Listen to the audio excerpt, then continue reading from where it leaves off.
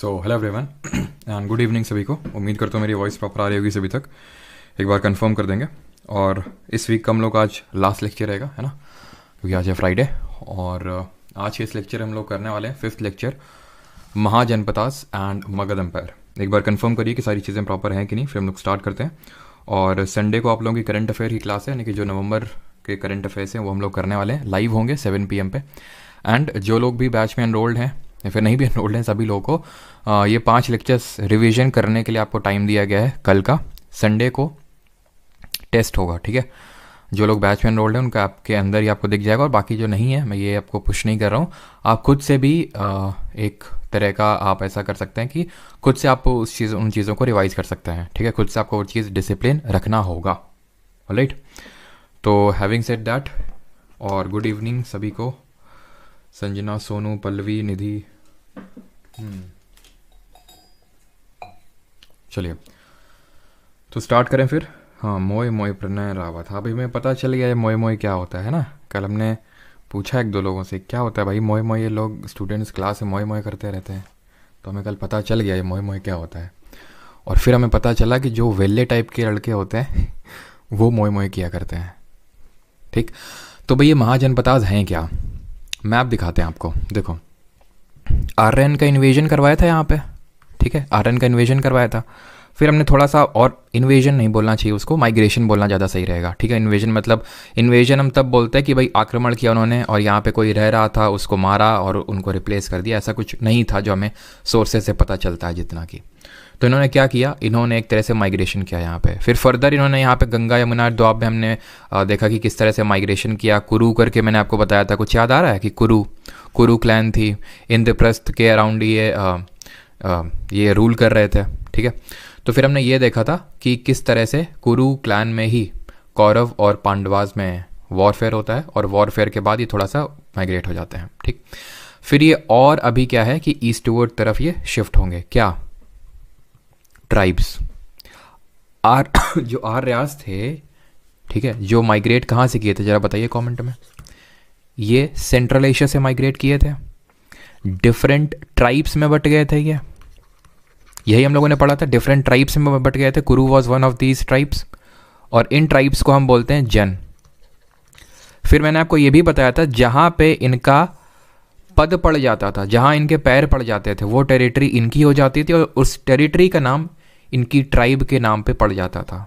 तो यहां से पड़ा नाम जनपद, यहां से नाम पड़ा जनपद, यानी कि जहां पे इस ट्राइब के पैर पड़ गए वो हो गया उनका टेरिटरी, और उसका नाम हो गया जनपद। धीरे धीरे क्या हुआ, इन जनपदास का, जनपदास मतलब इंग्लिश में बोलना, वैसे जनपद ही बोलना बेटर रहेगा हिंदी में, ठीक है। जनपदास नहीं बोलना चाहिए इसको। तो जो जो हमारे जनपद थे, तो इनका क्या हुआ, कंसोलिडेशन स्टार्ट हुआ। कंसोलिडेशन मतलब, जैसे फॉर एग्जांपल ये एक ट्राइब है, ठीक है, इसके अराउंड काफ़ी सारे विलेजेस हैं, काफ़ी सारे छोटे छोटे टेरिटरीज हैं, जो हो सकता है अनऑर्गेनाइज्ड वे में रह रहे हों। इनका अब कंसोलिडेशन कर लिया गया, किसके द्वारा, हो सकता है जो इस ट्राइब का रूलर हो, या फिर जो इस ट्राइब में रूल कर रहा हो, तो उसने इनका कंसोलिडेशन कर लिया और इनको बना दिया महाजनपद।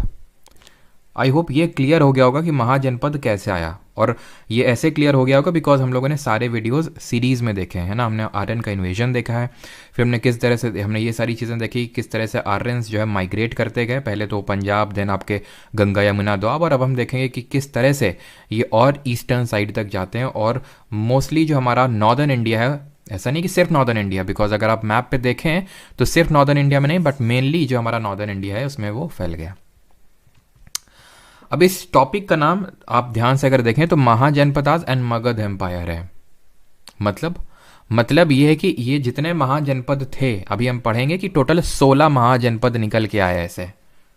उनमें से सबसे जो पावरफुल निकल के आया वो मगध निकल के आया। वो हम देखेंगे कि किस तरह से मगध ने बाकी के जो महाजनपद थे उनको किसी ना किसी तरह से बाय डिफीट करके या फिर और डिप्लोमेटिक मींस का यूज करके उनको अपने अंडर में ले लिया। तो इसलिए हम मगध के बारे में भी अलग से पढ़ेंगे। जो 16 महाजनपद के बारे में बता रहा हूं मैं, उनमें से 15 + 1 ये वन कौन सा है, मगध एम्पायर। तो 15 में हम उतना डिटेल में नहीं जाएंगे, उनकी सिर्फ थोड़ा सा लोकेशन थोड़ा बहुत और उनकी कैपिटल हमें समझने की ज़रूरत है। इक्का दुक्का अगर कोई फैक्ट है तो वो, नहीं तो हम मगध एम्पायर के बारे में पढ़ेंगे थोड़ा सा डीप में। जितनी चीज़ें नीडेड हैं वो सारी चीज़ें हम लोग यहाँ पे करने वाले हैं। अब बात ये आती है कि जो महाजनपद थे, ठीक है, जैसे अभी मैंने आपको बताया महाजनपद, इनका मतलब आप समझ गए, ठीक है। कितने थे टोटल, 16 थे, 16।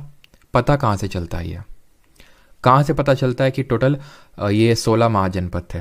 तो पहली बात तो ये है, जो सबसे पहला टेक्स्ट है जो हमें महाजनपद नहीं जनपद के बारे में बताता है, ये अष्टाध्यायी है।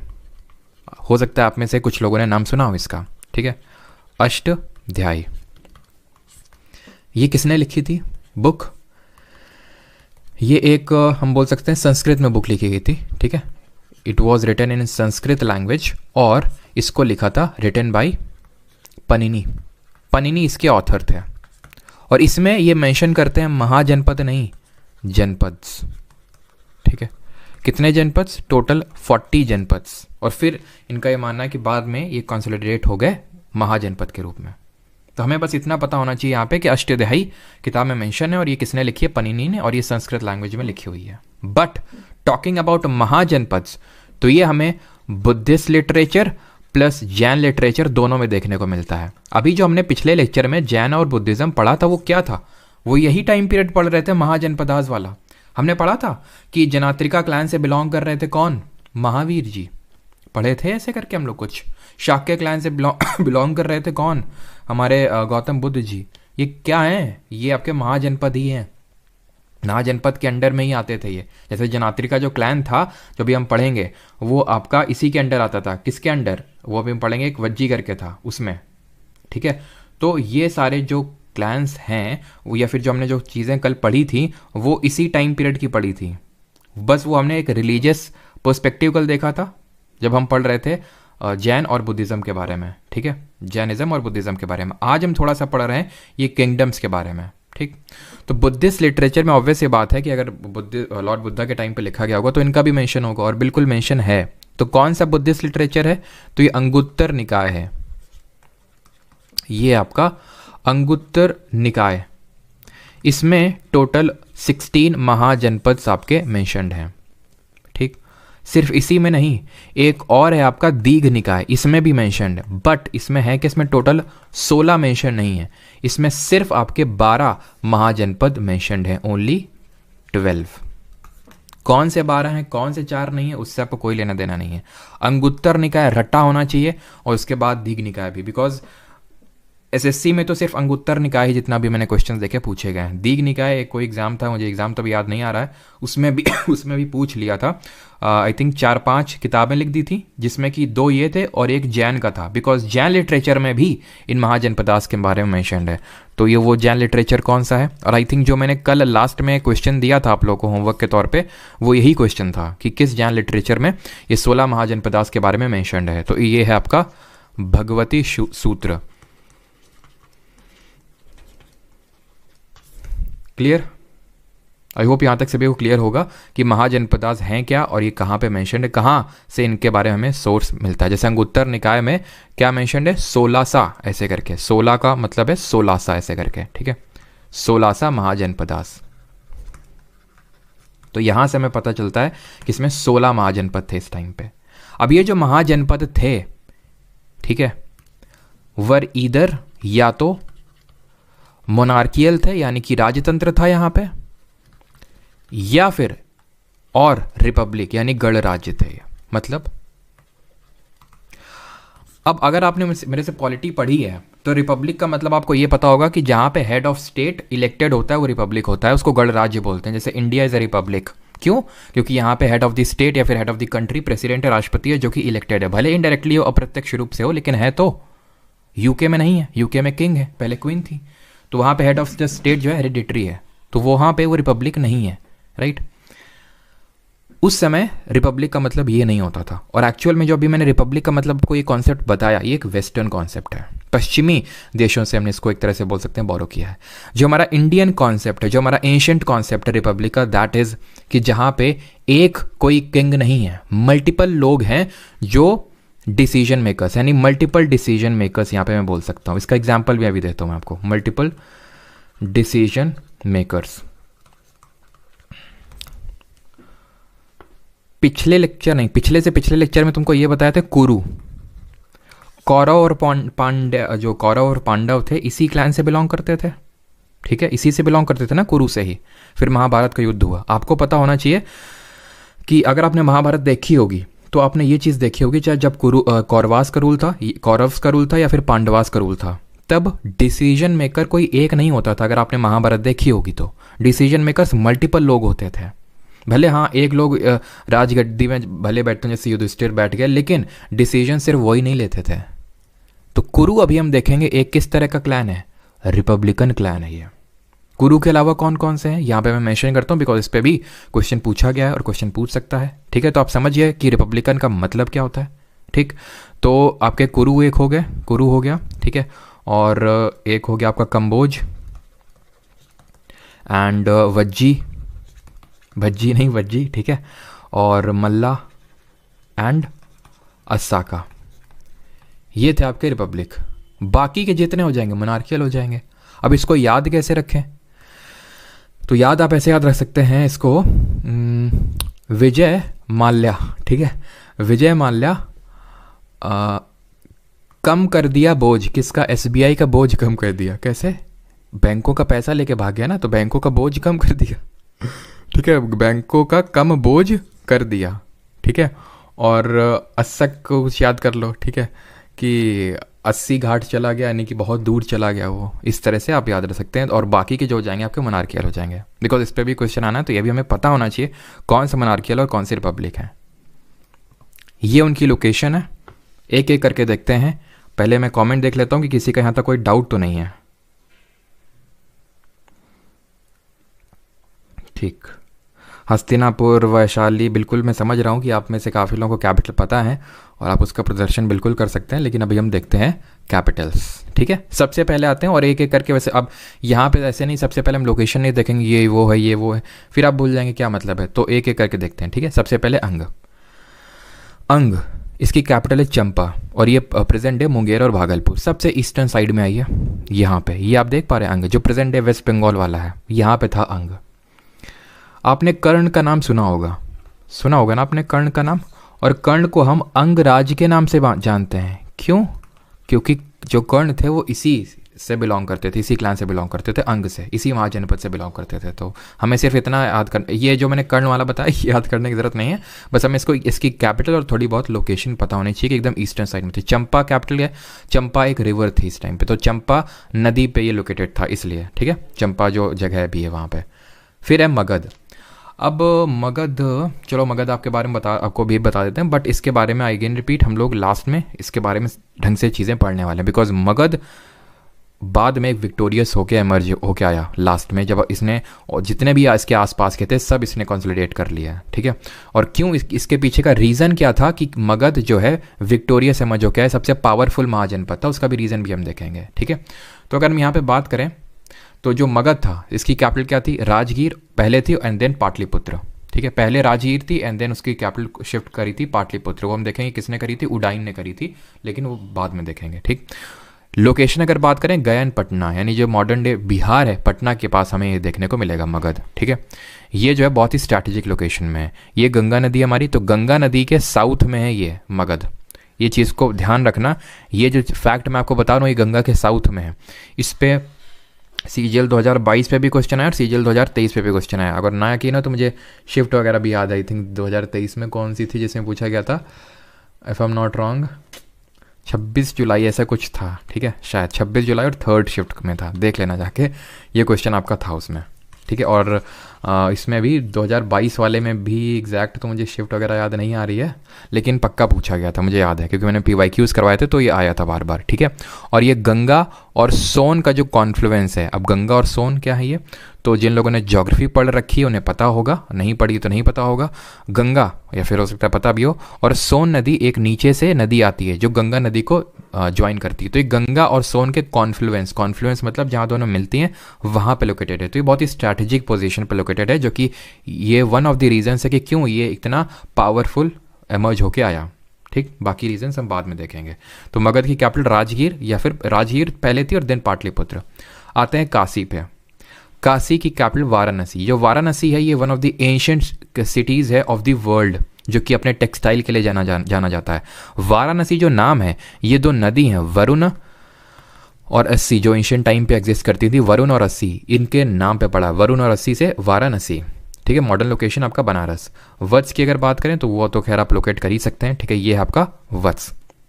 क्लियर, और आगे बढ़ें, और ये आपकी काशी। ठीक है, अब आते हैं वत्स पे। तो वत्स कौसाम्बी इसकी कैपिटल है और प्रेजेंट डे आपको इलाहाबाद में देखने को मिलेगा। कौशल श्रावस्ती इसकी कैपिटल है। बाद में ये माना जाता है कि इसकी कैपिटल अयोध्या हो गई थी। अब अगर आपने रामचरितमानस पढ़ी होगी तो आपने एक लाइन सुनी होगी रामचरितमानस में कि प्रबसी नगर कीजे सब काजा, हृदय रखें कौशलपुर राजा। ये जो लाइन है ये ब्रह्मा जी हनुमान जी को बोलते हैं, और यहाँ पे जो कौशलपुर राजा है वो राम जी को वो डिनोट कर रहा है। तो राम जी जो है यहीं से बिलोंग करते थे, पता है ना, अयोध्या से। कौशल ये महाजनपद से बिलोंग करते थे हमारे राम जी। ठीक है, तो ईस्टर्न यूपी में, यानी कि जो गोंडा बहराइच वाला क्षेत्र है ना, वहाँ पे आपको पता होगा, जो लोग यहाँ से होंगे, कौन कौन है यहाँ से गोंडा बहराइच से, तो गोंडा के पास में ही पड़ता है जस्ट अयोध्या, है ना। सुरसेन की अगर हम बात करें, मथुरा इसकी कैपिटल है। ठीक है, और मॉडर्न लोकेशन मथुरा ही होगा। और मथुरा की अगर बात करें तो जो मथुरा है ये आपका उत्तर पथ और दक्षिण पथ के कॉन्फ्लुएंस में। अभी उत्तर पथ और दक्षिण पथ जो मैंने शब्द का इस्तेमाल किया, इसका मतलब क्या है?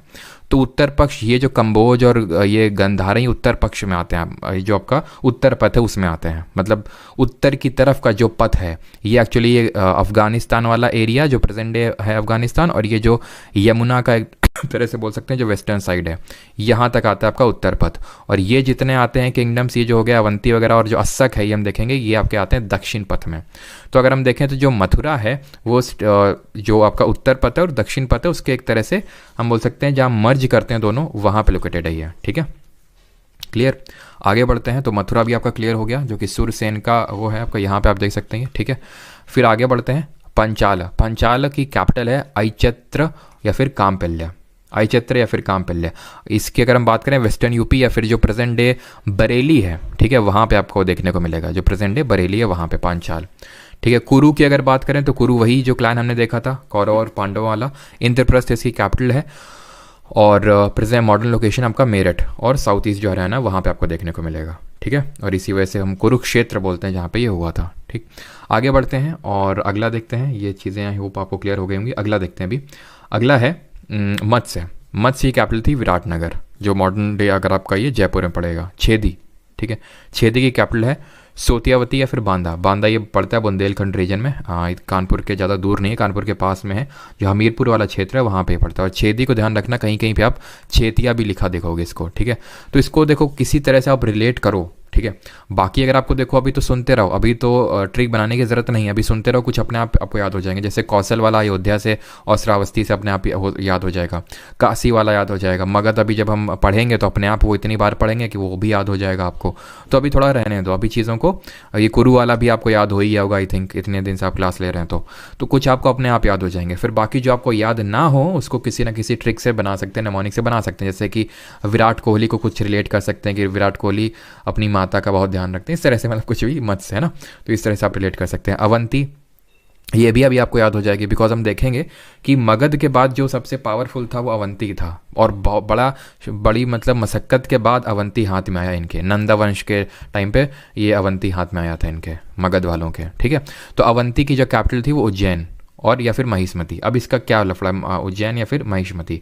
तो एक्चुअल में जो अवंती, अभी यहाँ पे आप थोड़ा सा इसके लोकेशन देखें उज्जैनी का। ठीक है, ये अवंती है। ठीक है, तो और ये जो अवंती है और इसकी जो कैपिटल है ये एक्चुअल में इस तरह से लोकेटेड था कि एक पार्ट इसका नॉर्थ ऑफ नर्मदा था और एक पार्ट इसका साउथ ऑफ नर्मदा था। एक पार्ट ये जो रिवर यहाँ पे आप देख पा रहे हैं, this river is Narmada river. ये कौन सी नदी है? ये आपकी नर्मदा। ठीक है, नर्मदा। इसके जो नॉर्थ वाला पार्ट था इसकी कैपिटल हुआ करती थी उज्जैनी। ठीक है, और इसके जो साउथ वाला पार्ट था इसकी जो कैपिटल हुआ करती थी वो होती थी महिष्मती, जय महिष्मती। ठीक है, तो बाद में क्या हुआ, जब ये मर्ज कर दिया गया और लास्ट में फाइनली उज्जैनी ही इसकी कैपिटल बन गई। तो पहले उज्जैनी और महिष्मती दोनों हुआ करती थी, लेकिन बाद में उज्जैनी। ठीक है, तो हो सकता है महिष्मती दे दे, बट उज्जैनी के ज़्यादा चांसेस हैं। ठीक है, जो प्रेजेंट है उज्जैन आप जानते हैं। और जब ये बताइए उज्जैन किस नदी के किनारे बसा हुआ है, जल्दी से बताइए। यहाँ पे जो आपको पता है महादेव जी का टेम्पल भी है। तो ये शिप्रा नदी है ना। चलिए, तो मध्य प्रदेश और मालवा जो रीजन है, गांधार की अगर बात करें, ये तक्षशिला, गांधार प्रेजेंट डे अगर हम देखें तो ये गांधार, ये जो पाकिस्तान वाला जो रीजन है यहाँ पे आपको देखने को मिलेगा ये, ठीक है, गांधार। और ये आपका उत्तर पथ में आता है, गांधार और कंबोज दोनों, ठीक। और हम देखेंगे कि मगध, जो मगध है जहाँ पे जो कि सबसे पावरफुल था, इसमें बहुत सारी डिफरेंट डायनेस्टीज़ ने रूल किया, बहुत डिफरेंट डायनेस्टीज़ ने इसमें रूल किया। उसमें से चंद्रगुप्त मौर्य, जिनके बारे में कल भी हमने पढ़ा था। अब जरा मुझे ये बताइए, उन्होंने किस जगह पे जाके सल्ले खाना किया था, जल्दी से। तो मगध के जो राजा थे चंद्रगुप्त मौर्य, मैंने आपको बताया था उन्होंने एक गलती करी थी कि वो यहाँ से छोड़ के यहाँ को कॉन्कर करने के लिए चले गए थे, तो पूरे रिसोर्सेज भी लेके गए, जिसकी वजह से यहाँ पे क्या हो गया, ग्रेट फेमाइन आ गया। उस ग्रेट फेमाइन की वजह से फिर जैन धर्म अपनाना पड़ा, देन साउथ इंडिया में चले गए, एंड सो ऑन, सारी चीज़ें देखी थी हम लोगों ने। तो एक्चुअल में वो गांधार और कंबोज को ही जीतने गए थे, फाइनली जीत तो लिया था, लेकिन फिर क्या हालत हुई थी वो हम लोगों ने कल देखा था, ठीक है। तो ये कितना दूर है आप देख सकते हैं, गांधार और कंबोज। और गांधार की कैपिटल क्या है, तक्षशिला, जहाँ पे यूनिवर्सिटी भी थी, तक्षशिला यूनिवर्सिटी। और इसी तक्षशिला यूनिवर्सिटी से पढ़े हमारे ये जो पनिनी, अभी मैंने आपको नाम बताया, जिन्हें नष्टदाई लिखी, जो हमारे कौटिल्य हैं, कौटिल्य के बारे में भी आप जानते होंगे, जो मौर्य वंश में भी हम देखेंगे, तो वो भी मतलब इसी यूनिवर्सिटी से पढ़े। और ये माना जाता है कि इसको बनाया था जो राम जी के भाई थे भरत जी, उन्होंने इसको बनाया था, ये माना जाता है, ठीक है। चलिए, बाकी भी हमने कल यूनिवर्सिटीज़ देखी थी, बुद्धिस्ट यूनिवर्सिटी, जल्दी से बताइए, नालंदा किसने बनाई थी, तो गांधार, तक्षशिला, ठीक है, प्रेजेंट डे रावलपिंडी। कंबोज की अगर बात करें, वही अगर जो गांधार के ऊपर था, नॉर्थ वेस्टर्न साइड में, तो पूंछा इसकी कैपिटल है। असमक, प्रतिष्ठान, पैठान या फिर पोटाना, कुछ भी मतलब इसको, ये वही सेम नाम है, ठीक है, डिफरेंट नाम से जाना जाता था, on the banks of Godavari river. तो यहाँ पे एकदम साउथ में आइए आप, असमक या फिर इसको अस्सक के नाम से जानते हैं, अस्सक या फिर असमक, कहाँ पे, एकदम साउथ में, सबसे साउथ में, ये है आपकी गोदावरी नदी, और गोदावरी के आपको पास में देखने को मिलेगा अस्सक, ठीक है।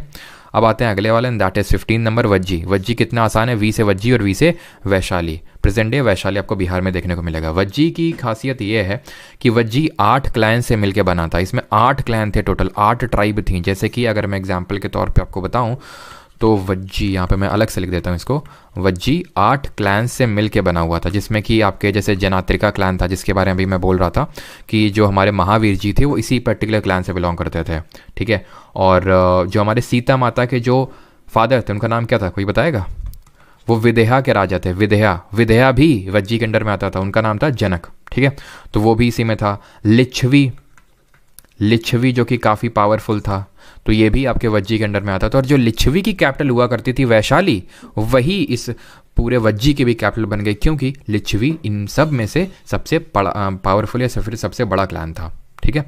और लास्ट में आ रहा मल्ला की है कुशीनारा, ठीक है, वही कुशीनारा है जो कि मैंने कल कुशीनगर के रूप में आपको बताया था, जहाँ पे हमारे गौतम बुद्ध जी की डेथ हुई थी, खुशी उन्होंने डेथ हो गई थी। जरा बताइए महावीर की डेथ कहाँ पे हुई थी, तो कुशीनारा या फिर कुशीनगर, तो यहाँ पे आप कुशीनारा याद रखिए। मल्ल की कैपिटल है कुशीनारा, जो प्रेजेंट डे आपको देवरिया और यूपी वाले क्षेत्र में देखने को मिलेगी। पहले ये बताइए यहाँ तक सभी को चीज़ें क्लियर हैं या फिर नहीं। यहाँ पे तो अभी मैंने सिर्फ आपको कैपिटल ही बताई हैं। अब हम बढ़ेंगे कि ये जो रीजन्स हैं for the rise of Magadh, कि मगध क्यों राइज किया इतना। कुमार गुप्त बिल्कुल सही है, सोनू सिंह, लिच्छवी बिल्कुल, जनक सबका सही, अनुपम, शिखा स्वर्णिल, मनोज। चलो, तो reasons for the rise of Magadh, तो एक तो मैंने बता दिया एडवांटेजेस, पोजीशन क्यों इंपॉर्टेंट थी, एडवांटेजेस थी क्योंकि यहाँ पे अब आइए जरा ध्यान से देखिए, मगध ये ऐसे रीजन में सिचुएटेड है और हमें पता है कि ज़्यादातर जो मिनरल्स हैं वो हमें इसी रीजन में तो मिलते हैं, आयरन वगैरह। तो आयरन का एक्सेस था इनको, जो आयरन के सोर्सेस थे उसका एक्सेस था।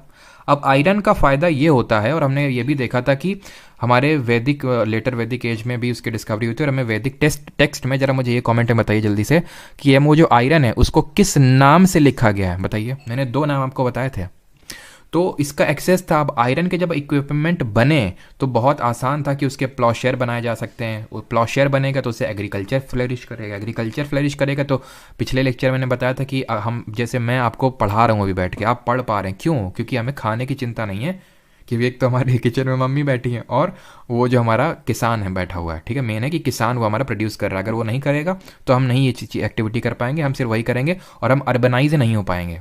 ये जितने भी हैं सब अर्बनाइज हुए, रीज़न वही कि आयरन की डिस्कवरी हो गई। लेकिन मगध एकदम वहाँ पे था, तो ये अच्छे अच्छे वेपन्स बना पा रहे थे। और उस समय ये जो एमपी वाला क्षेत्र है, यहाँ पे भी यहाँ पे भी आयरन का एक्सेस था, इस वाला क्षेत्र में आयरन का एक्सेस था, जिसकी वजह से अवंती भी पावरफुल था। और यही कारण मैंने आपको बताया कि मगध के बाद कोई पावरफुल था तो अवंती था, और 100 साल लग गए मगध को अवंती को कैप्चर करने में। ये कारण था आयरन का एक्सेस। ये एडवांटेजेस पोजीशन पहला। एडवांटेजेस पोजीशन ये भी है कि इसकी जो कैपिटल है राजगिरी, ये 5 हिल्स से सराउंडेड है। अब अगर आपको कोई भी महाजनपद जीतना होता था तो आपको उसकी कैपिटल एक्वायर करनी होती थी। सिंपल सी बात है कि अगर आप, ये पुराने टाइम से चला होता है कि अगर आपको किसी कोई टेरिटरी को ऑक्यूपाई करना है तो उसकी कैपिटल अगर आपने ऑक्यूपाई कर ली तो मान लिया जाता था कि हाँ आपने उसको ऑक्यूपाई कर लिया। अब उसकी जो राजगिरी जो कैपिटल 5 हिल से सराउंडेड है तो उसमें एंटर करना ही मुश्किल हो जाता था। ठीक है, जो उस बड़े बड़े फोर्ट थे, किले थे, उनको तोड़ना मुश्किल हो जाता था। पाटलिपुत्र दिन कैपिटल शिफ्ट करी गई।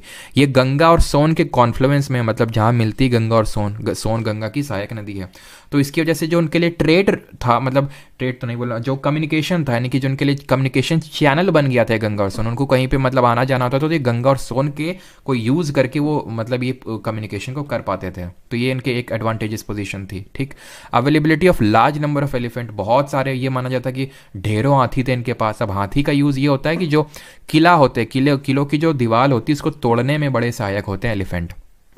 और 1-2 के बाद 1-2 हो गया, 1-2 3-4, ठीक है, 1-2 का 4 होना चाहिए। तो ग्रेट लीडर्स अब हम देखेंगे एक एक करके, वो कौन कौन ग्रेट लीडर्स थे जिन्होंने मगध को इतना पावरफुल बना दिया। आई होप यहाँ तक क्लियर होगा। बताइए, फिर मैं थोड़ा सा एक घूंट पानी पी लेता हूँ, फिर हम लोग बढ़ते हैं आगे।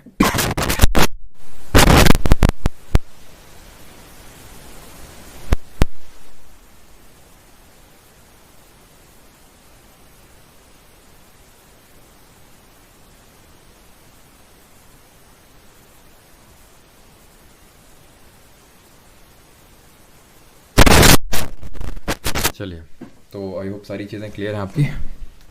आगे बढ़े अभी। डायनेस्टीज विच रूल्ड इन मगध, कौन कौन सी डायनेस्टीज है जिन्होंने मगध में रूल किया और कौन कौन से पावरफुल रूलर हैं। तो सबसे पहली जो डायनेस्टी निकल के आई है वो है हर्यंका।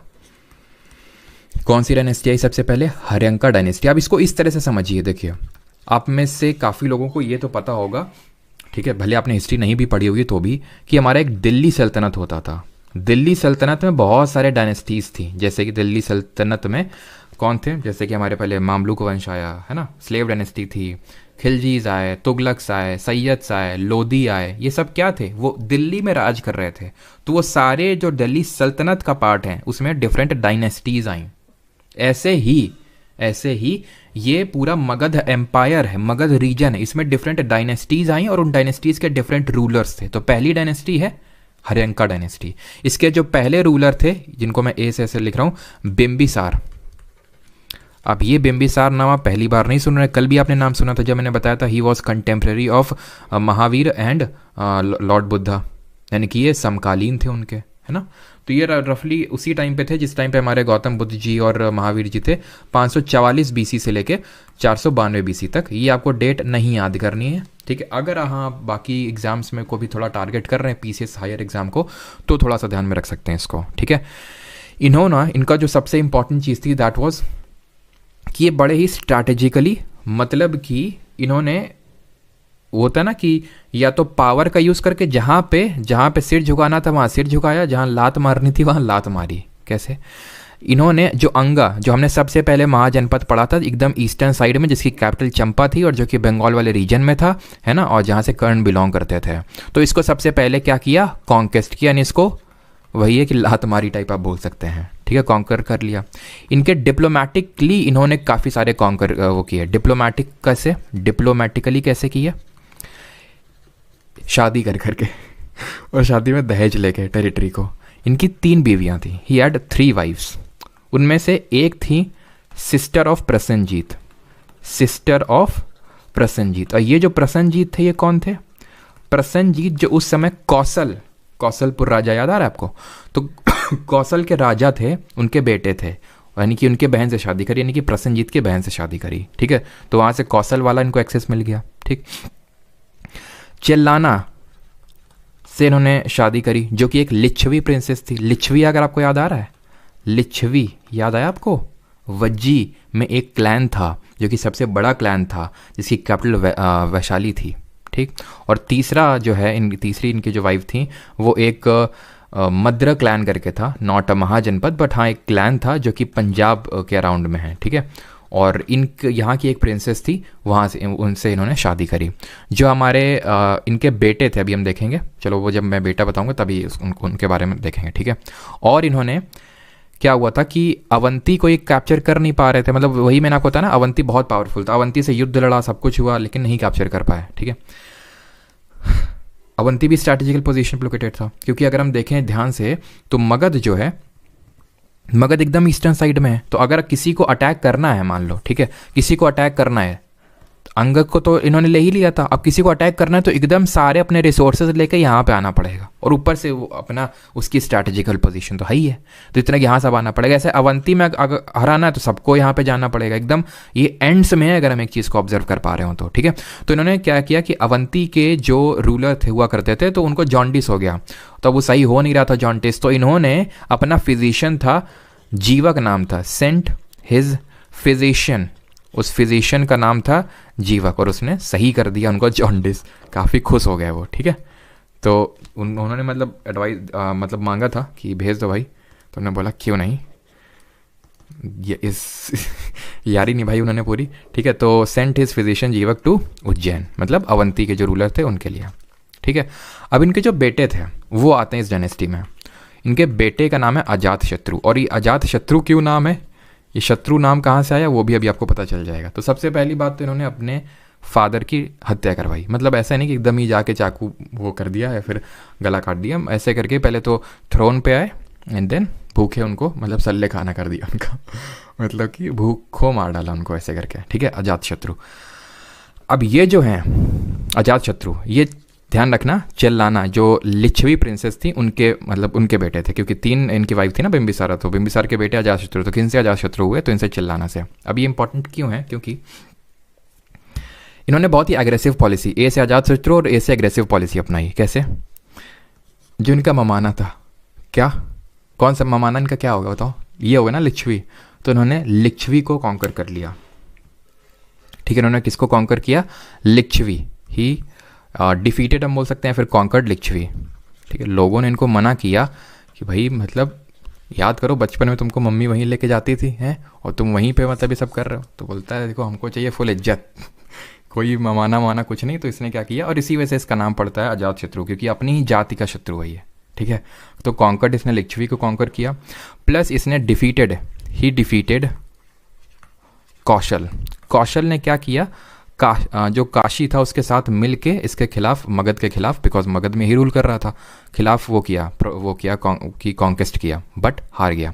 और फिर हुआ क्या, कौशल को जो भी राजा था उसकी बेटी से उसको बेटी देना पड़ा अपना अजातशत्रु को, and Ajatashatru married the daughter of जो कौशल का राजा था जिसको हराया था, ठीक। Then he also conquered Vaishali, ठीक है। ही ऑल्सो, ये तो मैंने आपको बता दिया ना, लिच्छवी की आपकी जो कैपिटल थी वैशाली, उसको कॉन्कर किया, ठीक है। कॉन्कर्ड लिच्छवी की जो कैपिटल थी वैशाली, उसको कॉन्कर किया इसको, ठीक है। और कुछ ये डिफीट किया, और तो इसमें कुछ आपको याद करने की ज़रूरत नहीं, बाकी तो ये इतना इंपॉर्टेंट नहीं है, आप लिख सकते हैं ही किल्ड हिज फादर, ठीक है। किल्ड हिज फादर कौन थे, बिंबिसार, ठीक है। बिंदुसार अलग है, ये कल भी मैंने आपको बताया था। और अजातशत्रु से आप कुछ और भी रिकॉल कर सकते हो जो मैंने आपको कल बताया था। और एक चीज़, हाँ, इन्होंने जो वैशाली है वो कॉन्कर कैसे किया था, मतलब बहुत ही स्ट्रैटेजिकली कॉन्कर किया था, बिकॉज वैशाली के जो फोर्ट थे वो किले थे बड़े ही तगड़े थे, लेकिन इन्होंने इसका यूज़ करके उसको वो किया कॉन्कर। इनको बोलते हैं वॉर इंजन्स या फिर कैटापुल्ट्स, ठीक है। वॉर क्या लिख दिया मैंने, वॉर इंजन्स। अब ये अगर आपने मूवी देखी होगी पद्मावत, तो आपने ये ज़रूर देखा होगा, उसमें किस किस ने देखा जरा बताइए, वॉर इंजन्स या फिर कैटापुल्ट्स। इसमें होता क्या है, इसमें गोला रखा जाता है, गोला, ठीक है, और ऐसे इसको एकदम फायर का यूज़ करके इसको धड़ाम जैसे मारा जाता है, दूर जाके प्रोजेक्टाइल का यूज़ किया जाता है इसमें, तो उसको इससे किलों को तोड़ा जाता है, जो फोर्ट्स होते हैं, जो फोर्ट्स की दीवारें होती हैं उनको तोड़ा जाता है। और आपने इस चीज़ को वहाँ पे देखा भी होगा जहाँ पे वो खिलजी तो जो है अलाउद्दीन खिलजी, वो इन्हीं का यूज़ करके किलों को तोड़ता है फाइनली, है ना, आपने देखा होगा इस चीज़ को उस मूवी में। और हाँ, हमने ये पढ़ा था, अगर आपको याद हो, एक करके याद किया था, तो जो फर्स्ट बुद्धिस्ट काउंसिल है उसको पैट्रनाइज किया था, ठीक है। फर्स्ट बुद्धिस्ट काउंसिल को इसने पैट्रनाइज किया था, ये हम लोगों ने कल देखा था, राइट। इसके बाद इसका बेटा आता है उडाइन, लेकिन ये उतना कोई खास मतलब रूलर नहीं था। बस इसमें हमें एक फैक्ट याद रखना है, एंड द फैक्ट इज कि he shifted the capital from Rajgiri to Pataliputra. तो हमने देखा था ना, राजगिरी 5 हिल्स से सराउंडेड है राजगिरी, और पाटलिपुत्र जो कि गंगा और सोन के कॉन्फ्लुएंस में है। तो shifted capital from Rajgiri to Pataliputra. ठीक है, आप नोट्स में उस चीज़ को पूरा लिखेंगे। देन ये डायनेस्टी का होता है अंत। अब इसके बाद आएगी दूसरी डायनेस्टी। अब ये उडाइन को उसके जो कमांडर जनरल था, शिशुनगा उसका नाम था, उसने हरा दिया। ठीक है, तो अब हमारी होती है दूसरी डायनेस्टी। ठीक है, इसको हम शिशुनगा डायनेस्टी बोल सकते हैं, बिकॉज इसका जो पहला रूलर था वो शिशुनगा था। इसने क्या किया, ही डिफीटेड द अवंती। मतलब आप समझ रहे हैं, 100 साल बाद ये हुआ कि अवंती को हराया गया। ही defeated Avanti and merged with Magadh. उसको आप पूरा लिख सकते हैं। ठीक है, एंड मर्ज्ड विद मगध। इसमें हमें सिर्फ इतना याद करने की जरूरत है। देन इसमें आया आपका एक काला सोका भी आया। ठीक है, शिशुनगा में ही आया है काला सोका। बस इसमें हमें इतना पता होना चाहिए कि कल हम लोगों ने देखा था एक करके कि जो सेकेंड बुद्धिस्ट काउंसिल हुई थी उसको इसने पैटर्नाइज किया था। राइट, ही पैटर्नाइज्ड सेकेंड बुद्धिस्ट काउंसिल। बस। अच्छा, थर्ड को किसने किया था जरा बताइए कमेंट में। तो बस हमें काला शोका के बारे में इतना याद करना है। नाउ दी थर्ड डायनेस्टी जो इसमें आई, powerful dynasty, was Nanda dynasty. ठीक है, नंद डायनेस्टी आगे जगह है, चलो यहीं पे लिख देते हैं, नंद डायनेस्टी। ठीक है, अब ये नंद डायनेस्टी में का जो फाउंडर था, यानी कि जो इसका पहला रूलर था, ही वॉज महापद्मानंदा। ये कौन था, महापद्मानंदा। ठीक है, जिसने कि काला शोक को हरा के राजगद्दी में बैठा। इसने टाइटल लिया एक रथ। इसने टाइटल लिया क्या, एक रथ। और ये माना जाता है कि जो अभी तक जितने भी प्रिंसेस आ रहे थे इस पर्टिकुलर रूल मतलब मगध डायनेस्टी में, वो सब क्षत्रिय क्लैन से बिलोंग करते थे। बट महापद्मानंदा या फिर जो नंद डायनेस्टी थी या फिर जो महापद्मानंदा था वो बिलोंग नहीं करता था क्षत्रिय। कहीं पे कुछ लोग बोलते हैं ब्राह्मण और कहीं पे बोलते हैं शूद्र। बस ज़्यादातर सोर्सेज से जो मैंने देखा वॉज कि ही वॉज अ शूद्र, जो क्षत्रिय से बहुत चिढ़ता था। ये मतलब मेंशन है वहाँ पे। ठीक है, तो इसने टाइटल लिया एक रथ। ठीक है, एक रथ का टाइटल लिया इसने, जिसका मतलब क्या होता है, जिसका मतलब होता है एम्पायर बिल्डर, जो कि एम्पायर साम्राज्य खड़ा करता है, साम्राज्य बनाता है, एम्पायर बिल्ड करता है। ठीक है, इसका बेटा था धनानंद। इसका जो सन था ही वॉज धनानंद। इसके बारे में इंपॉर्टेंट चीज़ ये है कि इसी के टाइम पे अलेक्जेंडर इन्वेडेड इंडिया। जो अलेक्जेंडर द ग्रेट है, जो सिकंदर है, उसने भारत पर आक्रमण किया इसके टाइम पे, इन्वेडेड इंडिया। अब अलेक्जेंडर जिसको हम बोलते हैं अलेक्जेंडर द ग्रेट, ये मैसेडोनिया का एक रूलर था, मैसेडोनिया का राजा था। ठीक है, इसने बहुत जगह कैप्चर की है। माना जाता है is the one of the greatest ruler of all time, greatest warrior of all time. इसने मतलब बहुत सारे पार्ट को, मतलब ये माना जाता है कि इससे ज़्यादा पार्ट ऑफ द वर्ल्ड को कोई आज तक वो नहीं कर पाया कॉन्कर। और पता है कितनी एज में इसने किया, he died at the age of 32, 32 साल की उम्र में इसकी मृत्यु होगी। तो समझ लीजिए कि कितने कम एज में इसने पूरा इतना सब किया। बट ये माना जाता है कि Alexander who was defeated by no one in the world, कि कोई इसको डिफीट नहीं कर पाया, was defeated finally by his own army. हुआ ये कि व्हेन ही अराइव्ड इंडिया, जब क्योंकि इसको वेल्थ के बारे में, जो इंडिया की वेल्थ थी उसके बारे में ईरानियन लोगों से पता चला, क्योंकि ईरान के साथ हमारा ट्रेड होता था और ईरानियन से इसको पता चला कि बहुत वेल्थ है भाई इंडिया में, तो ये इंडिया में आना चाहता था। लेकिन क्योंकि ऐसा नहीं कि बस इंडिया के लिए ही आया था, डिफरेंट जो इंडिया और जो मैसेडोनिया, जो उस समय का मैसेडोनिया था, बीच में काफ़ी सारे रीजन्स थे, उनको ऑक्यूपाई, उनको कॉन्कर करते हुए आ रहा था। और बहुत टाइम हो चुका था जब वो अपने मतलब जो उसकी आर्मी है वो घर से निकली थी। When they finally came to India, तो उस समय तक्षशिला जो जगह है, जो अभी हमने देखा था, जो गांधार की कैपिटल है, तो वहाँ पे एक रूलर हुआ करते थे अम्बी। वीक रूलर थे, मतलब इन्होंने एकदम हाथ खड़े कर दिए कि लो भाई हमारी भी आर्मी ले लो और आगे बढ़ो। ठीक है, लेकिन जब ये आगे बढ़े, ठीक है, जब ये आगे बढ़े तो ये आपका रीजन पड़ता है, अगर आपको पता हो, चेनाब वाला जो रीजन है, चेनाब और झेलम के पास में जो रीजन पड़ता है, यहाँ पे एक राजा थे जिनका नाम था पोरस। ये पोरस ने जो है हाथ नहीं खड़े किए। ये बोलते हैं आ जाओ बेटा मैदान में, हो गए तुम अलेक्जेंडर अपने लिए, आ जाओ, लड़ाई तो पूरी देंगे। ठीक है, तो इन दोनों लोगों के बीच में होता है वॉर, और उसको बोलते हैं बैटल ऑफ हिडैप्सिस। ये होता है बैटल ऑफ हिडैप्सिस झेलम नदी के किनारे। ठीक है, battle of Hydaspes on the banks of Jhelum. Jhelum का एंशिएंट नेम बताइए जो वेदास में लिखा हुआ है, जल्दी से कमेंट में। ठीक, और हाँ, अब मुझे याद आ रहा है कि मैंने तुमसे आयरन के नाम पूछे थे, है ना। आयरन का नाम पूछा था ना मैंने तुमसे, तो आयरन का नोट कर लेना यहाँ पे। आयरन को क्या किस नाम से मेंशन किया गया है, कृष्ण अयास या फिर श्याम अयास। कृष्ण और या फिर श्याम का मतलब होता है काला, और अयास का मतलब होता है मेटल, तो ब्लैक मेटल के रूप में ये मेंशनड है, राइट। तो हम लोग देख चुके हैं। तो on the banks of Jhelum इसमें डिफीट हुई पोरस की, लेकिन अलेक्जेंडर इतने, ये माना जाता है कि अलेक्जेंडर इतने इम्प्रेस हुए पोरस से कि उन्होंने जो भी टेरिटरी ऑक्यूपाई करी थी पोरस की, वो पोरस को वापस दे दी और वापस निकल लिए वहीं से। वापस इसलिए वहाँ से निकल लिए क्योंकि इनकी जो आर्मी है उसने हाथ खड़े कर दिए।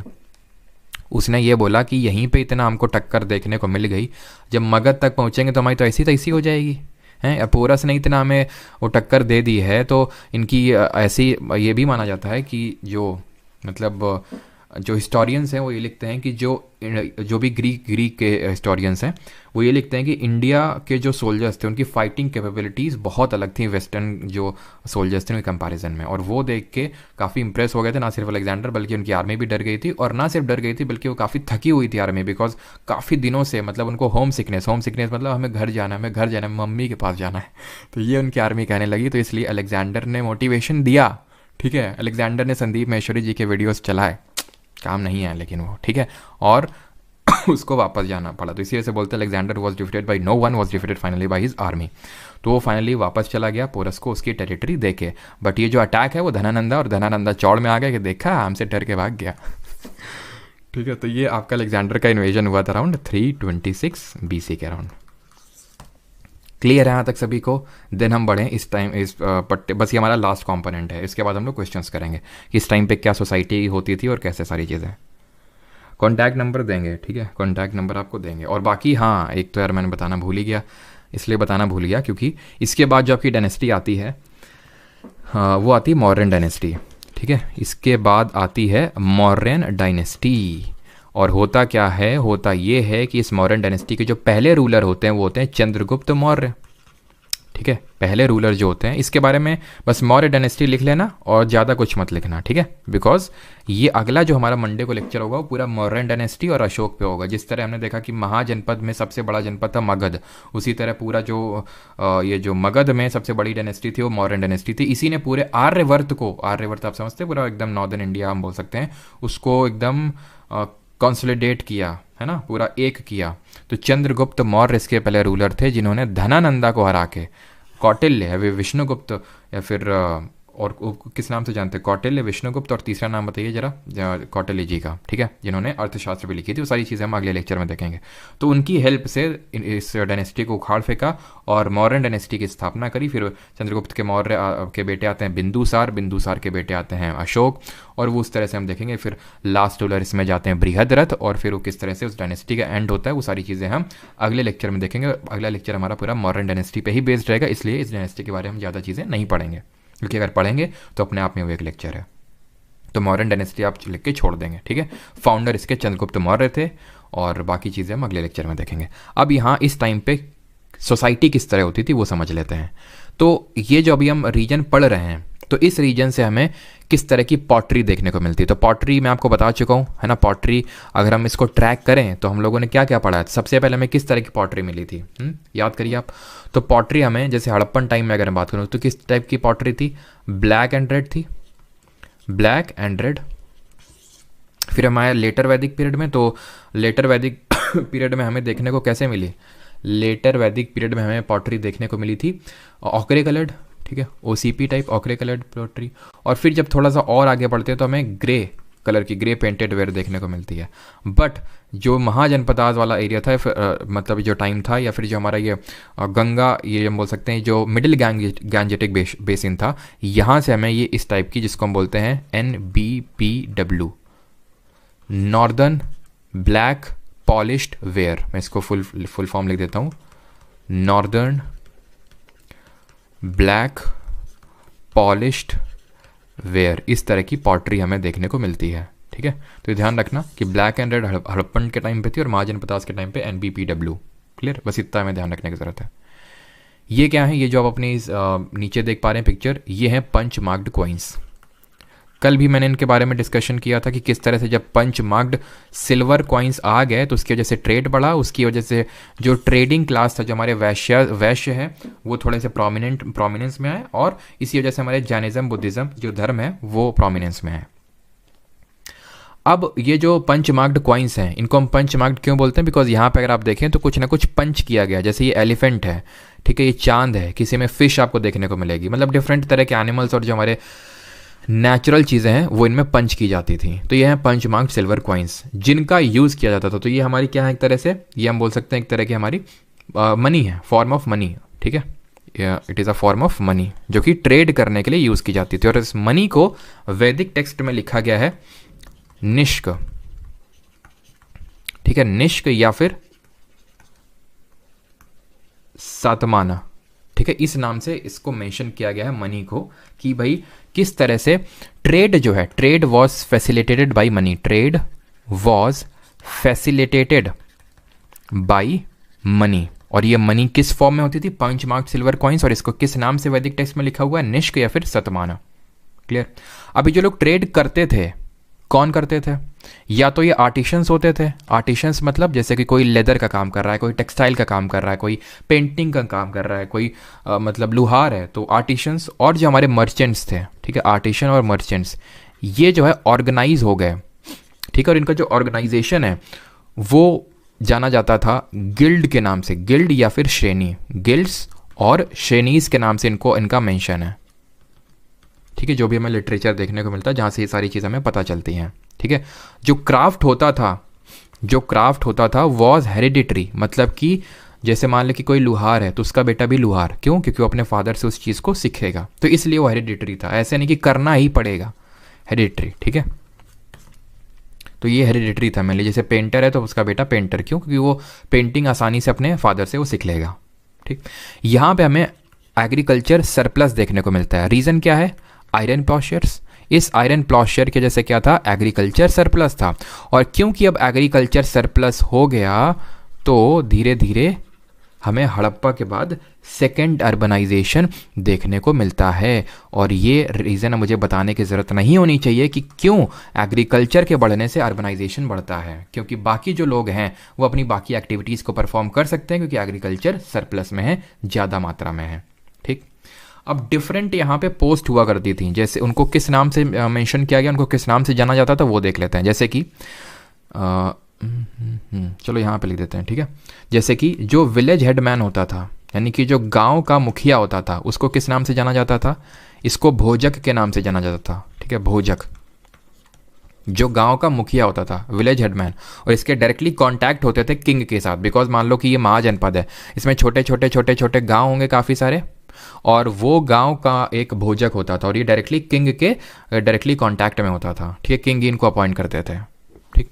यहाँ पे जो पेजेंट्स हुआ करते थे, पेजेंट्स मतलब जो एक तरह से मजदूरी कर रहे हैं, किसानी कर रहे हैं, उनको टैक्स देना पड़ता था। पेजेंट्स हैड टू पे टैक्स। कितना टैक्स? ये इंपॉर्टेंट है। 1/6 ऑफ देयर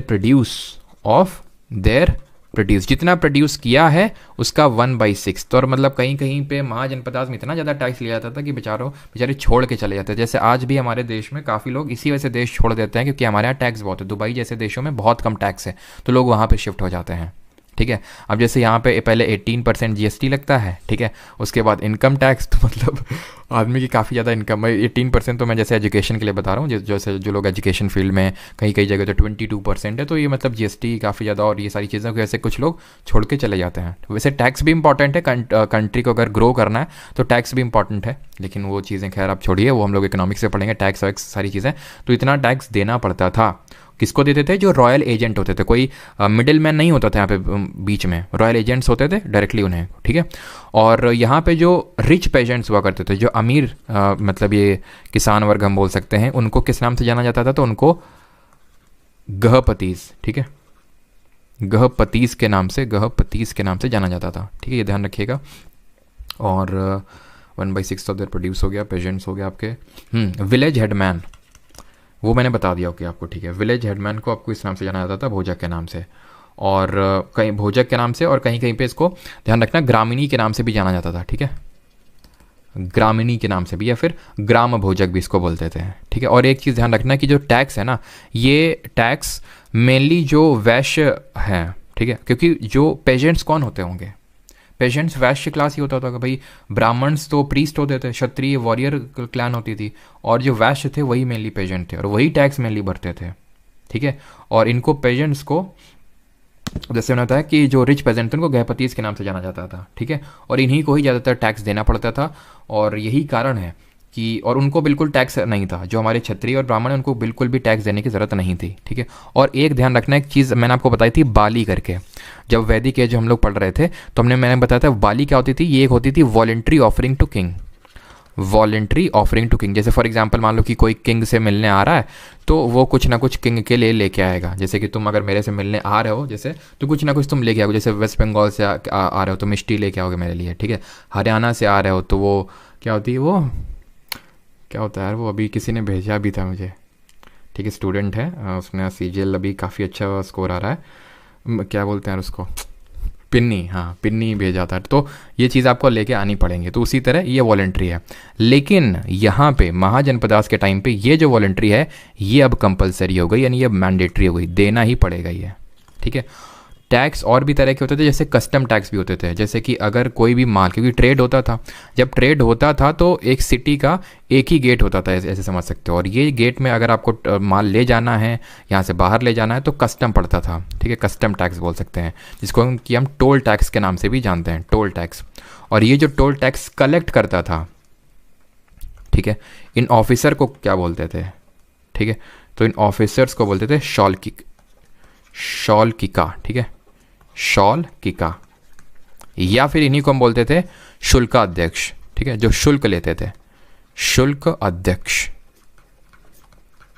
ठीक है। तो ये कुछ इंपॉर्टेंट टर्मिनोलॉजीज़ हैं। बाकी तो हम मौर्याज में भी देखेंगे, जो मौर्यन एम्पायर में इन पर्टिकुलर, बिकॉज वो काफ़ी फ्लरिश किया और उसमें डिफरेंट पोस्ट थी, तो वो हम देखेंगे। बट यहाँ के लिए अभी आपको इतना पता होना चाहिए कि टोल टैक्स जो कलेक्ट करता था उसको शॉलकिका या फिर शुल्काध्यक्ष बोलते थे। जो रिच पेजेंट्स होते थे उनको गृहपतिस बोलते थे। और एक टर्म हो सकता है आपको वो मैंने आपको बता दिया ना, ठीक है, जो रिच पेजेंट्स होते थे उनको गृहपति या फिर गृहपति के नाम से जानते थे, ठीक है, गृहपति या फिर गृहपति, ठीक है। कहीं कहीं पे गृहपति और कहीं पे गृहपति मेंशन्ड है। बाली एक वॉलेंट्री ऑफरिंग होती थी किंग के लिए, जो बाद में वैदिक एज में वॉलेंट्री थी, बट अभी वो कंपलसरी हो गई, ठीक है, कि लाना ही पड़ेगा आपको। पेशेंट्स को टैक्स देना पड़ता था 1/6 ऑफ देयर प्रोड्यूस। और विलेज हेडमैन को हम भोजक या फिर ग्रामीणी या फिर ग्राम भोजक के नाम से जानते थे। आयरन प्लॉशेयर्स थे, इस वजह से एग्रीकल्चर सरप्लस में चल रहा था। क्राफ्ट हेरिडेटरी होती थी।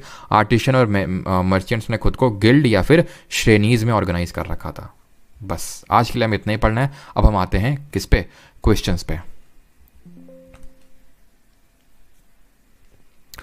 चलिए तो क्वेश्चंस पे आते हैं, और पहला क्वेश्चन आपकी स्क्रीन पे ये रहा।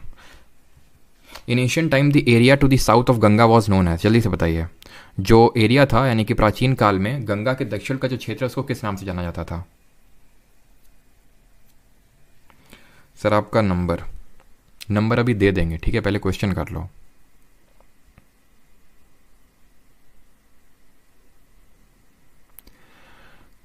हु वॉज राजन? राजन कौन? तो राजन वही मतलब किंग, राजा यानी कि जन का राजन, ठीक है, राजन, जन मतलब ट्राइब होती थी और राजा उसका, तो जो हेड ऑफ उस ट्राइब का जो हेड होता था उसको राजन बोलते थे, ठीक है। तो area to the south of Ganga was known as, देखिए सीजीएल 2022 में बोल रहा था ना, पूछा गया, तो 7 दिसंबर, तो आंसर क्या होगा? मगध, ऑप्शन नंबर ए यहाँ पे सही आंसर होगा, ठीक। In dash in Bihar was the capital of Magadha for several years, later the capital was shifted to Pataliputra. तो पहले तो ये बताइए कि इस क्वेश्चन का आंसर, कि पहले तो कैपिटल क्या हुआ करती थी, बाद में पाटलिपुत्र हो गई, इन्होंने दे रखा है, किसने शिफ्ट करी ये कमेंट में बताएंगे जल्दी से सभी लोग, जल्दी से। तो आंसर इसका क्या होगा? पहले राजगिरी थी, ठीक है, जो कि 5 हिल्स से सराउंडेड थी, बाद में पाटलिपुत्र जो कि गंगा और सोन के कॉन्फ्लुएंस में है। तो वीडियो कैसे शेयर करें जबकि वीडियो हाइट रहता है? अच्छा समझ गया, वीडियो शेयर नहीं करते हैं ये वाला, है ना। तो प्रेजेंट डे पटना में, तो पाटलिपुत्र किसने शिफ्ट करी थी? उडाइन ने। बिंबिसार का बेटा अजातशत्रु का बेटा उडाइन का सिर्फ एक ही काम था, किसने कैपिटल शिफ्ट करी थी। Third, rulers of mahajanapadas in ancient India collected taxes on crops at the rate of dash of was produced. तो एमटीएस 2022 में क्वेश्चन पूछा गया 1/3, 1/5, 1/6 या फिर 1/4। तो अभी मैंने बताया 1/6, ठीक है। तो 1/6 और बाली को मैंडेटरी कर दिया गया था, जो पहले वॉलंटरी ऑफरिंग थी, और जो हमारे शुल्काध्यक्ष थे वो कस्टम ड्यूटी या फिर टोल टैक्स को कलेक्ट करते थे। Fourth, which of the following was the capital of Mahajanapada, और इस टैक्स को कौन कलेक्ट करते थे? डायरेक्टली जो एजेंट होते थे, रॉयल एजेंट होते थे, वही कलेक्ट करते थे इसको, ठीक है। Which of the following was the capital of Mahajanapadas Gandhara in 6th century BC. तो गांधार की कैपिटल क्या थी? गांधार की हमने देखा, गांधार कहाँ? पाकिस्तान, जो प्रेजेंट डे रावलपिंडी है वहाँ पे। तक्षशिला इसकी कैपिटल है, जहाँ पे तक्षशिला यूनिवर्सिटी भी है। चलिए, which of the following pair of name of ruler empire is correctly matched, इनमें से सही मैच्ड कौन सा है? महापद्मनंदा मगध एम्पायर, अजातशत्रु मौर्य एम्पायर, बताइए। रॉकिंग सही है, अनुश्री मिश्रा, प्रज्ञा जना, साक्षी, देवव्रत विश्वास, यहाँ पे शोभनी मंडल। मुझे लगता है वेस्ट बंगाल से काफ़ी लोग हैं ना, वेस्ट बंगाल से अगर चुनाव लड़ जाएं तो जीत सकते हैं वैसे है ना, सपोर्ट करोगे बताओ। तो महापद्मानंदा, तो मगध एम्पायर, अजातशत्रु, तो बिल्कुल महापद्मानंदा जो है मगध एम्पायर से बिलोंग करता था, बिल्कुल बात सही। अजातशत्रु मौर्य एम्पायर से थोड़ी ना था, ये तो आपका हर्यंका डायनेस्टी से था ना, बिंबिसार का बेटा था ना, है ना, जो जिसने अपने मामा के यहाँ पे लिच्छवी में जो वैशाली है उसको कॉन्कर कर लिया था, है ना। तो ये आपका गलत हो गया, ऑप्शन नंबर A1 ओनली। अगले क्वेश्चन पे आते हैं 6th। तो river such as Ganga and Son flow through a dash Mahajanapada in ancient India, तो कहाँ से फ्लो करती हैं? कंबोज, कौशल, मगध या फिर मच? Ganga and Son. Only both कैसे हो जाएगा धीरज जी? रोशन, अच्छा सपोर्ट नहीं करोगे चलो, तो गंगा और सोन कहाँ पे मिलती हैं? हमने देखा था पाटलिपुत्र। पाटलिपुत्र किसकी कैपिटल है? मगध की। अजातशत्रु और ruler of Haryanka dynasty was the son of, किसका बेटा था? अजातशत्रु, तो ये नागदशक उदयन का बेटा, सॉरी बिंबिसार का बेटा था, है ना। उदयन इसका बेटा था अजातशत्रु का, है ना। बिंबिसारा के बारे में इंपॉर्टेंट चीज़ें हमने क्या याद करी थी कि इसने तो एक अंग को कॉन्कर किया था, प्लस इसकी डिप्लोमेटिक चीज़ें थी। इसी ने अपना जो जीवक, जो इसका रॉयल फिजिशियन था, उसको कहाँ भेजा था? जरा बताइए, किस किंगडम में? Who among the following was the last ruler of Nanda dynasty, तो नंदा वंश का लास्ट रूलर कौन था? नंद वंश का अंतिम शासक धनानंदा, पांडुका, गोविशान का या फिर कैवर्ता? तो नंद वंश का लास्ट रूलर था धनानंदा। इस डायनेस्टी को सेटअप किया था महापद्मानंदा ने, ठीक है, महापद्मानंदा ने, ठीक है, जिसने टाइटल क्या लिया था? एक रथ का टाइटल लिया था, कॉन्करर ऑफ एम्पायर्स। और धनानंदा के टाइम पे किसने इन्वेट किया था? अलेक्जेंडर 326 BC, और इस टाइम पे धनानंदा ही रूल कर रहे थे मगध में, और अलेक्जेंडर ने बैटल ऑफ हिडाप्सिस लड़ा था पोरस के साथ। The first ruler of Magadh from the Haryanka dynasty was, Haryanka dynasty से पहले रूलर कौन थे? क्रेजी एक्सवाइजी, शुभांकर, सबा चौस, अक्षय सिंगला, सबका सही है। तो पहले हमारे थे बिंबिसार। कितने आसान आसान से क्वेश्चन है, लेकिन काफ़ी सारे क्वेश्चन पूछे गए हैं, इससे देख सकते हैं आप, ठीक है। In the 4th century BC the capital of Magadha was shifted to, Magadha की कैपिटल कहाँ से कहाँ शिफ्ट हुई थी? राजगिरी टू पाटलिपुत्र। और किसने करी थी? उदयन ने करी थी, है ना। द फेमस फिजिशियन जीवक was appointed by the court of, किसने अपॉइंट किया था? कृष्ण देव राय। ये तो है, अभी हम लोग आगे पढ़ेंगे मिडिवल हिस्ट्री में, विजयनगर एम्पायर में। समुद्रगुप्त गुप्त वंश में पढ़ेंगे, ये भी गुप्त डायनेस्टी भी बहुत इंपॉर्टेंट है। अशोक भी अगले लेक्चर में पढ़ेंगे। बिंबिसारा सही आंसर होगा, इन्होंने ही भेजा था royal physician to Avanti, Ujjaini. Which of the following is not one of the monarchial states that existed in the 7th and 6th century BC in India? तो यानी आपसे ये पूछ रहा है इनमें से कौन सा मोनार्कियल नहीं है, यानी कि कौन सा रिपब्लिक है। और रिपब्लिक हमने किस तरह से याद किए थे? रिपब्लिक हमने किस तरह से याद किए थे?